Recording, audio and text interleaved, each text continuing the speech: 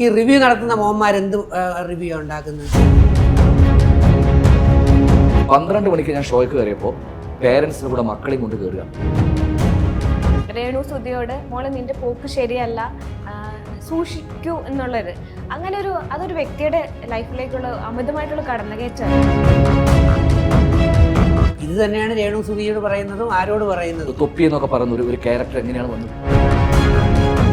Drugs എനിക്ക് ഉപയോഗിക്കണമെന്ന് ആഗ്രഹമുണ്ട്, എങ്ങനെയെങ്കിലും കിട്ടണമെന്ന് ആഗ്രഹമുണ്ട്. ഏറ്റവും കൂടുതൽ ഈ അടുത്ത കാലത്ത് പിന്നെ ഈ ലഹരി ഉപയോഗിക്കുന്നു എന്ന് പറഞ്ഞിട്ട് മീഡിയയിൽ ആകെ ഉയർന്നു വന്ന പേര് അറിയാം.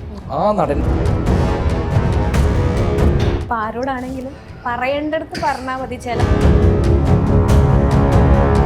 പെട്ടെന്ന് പ്രശസ്തനാകാം, എന്ത് വൃത്തികേടുകളും വിളിച്ചു പറഞ്ഞാൽ ഉറപ്പാണ് ഇന്നത്തെ കാലത്ത് അവർക്കാണല്ലോ മാർക്കറ്റിംഗ്. ഈ ശ്രദ്ധിക്കാൻ പറയുന്നതാണ് ഇന്നത്തെ കുട്ടികളിലും രക്ഷകർത്താക്കളിലും കുറെ പേർക്ക് ഇഷ്ടമല്ലാത്ത. ഒരു കാലത്ത് സ്ത്രീകൾ അഭിനയിക്കുക എന്ന് പറഞ്ഞാൽ വളരെ മോശപ്പെട്ട വിളിക്കുക. ശരീരം അനങ്ങാതെ പെയിൻ ഇല്ലാതെ പെട്ടെന്ന് പണം ഉണ്ടാക്കാനുള്ള മാർഗം. നിങ്ങൾക്കൊക്കെ വേണ്ടതെന്നറിയോ? വിറ്റ് കാശാക്കണം.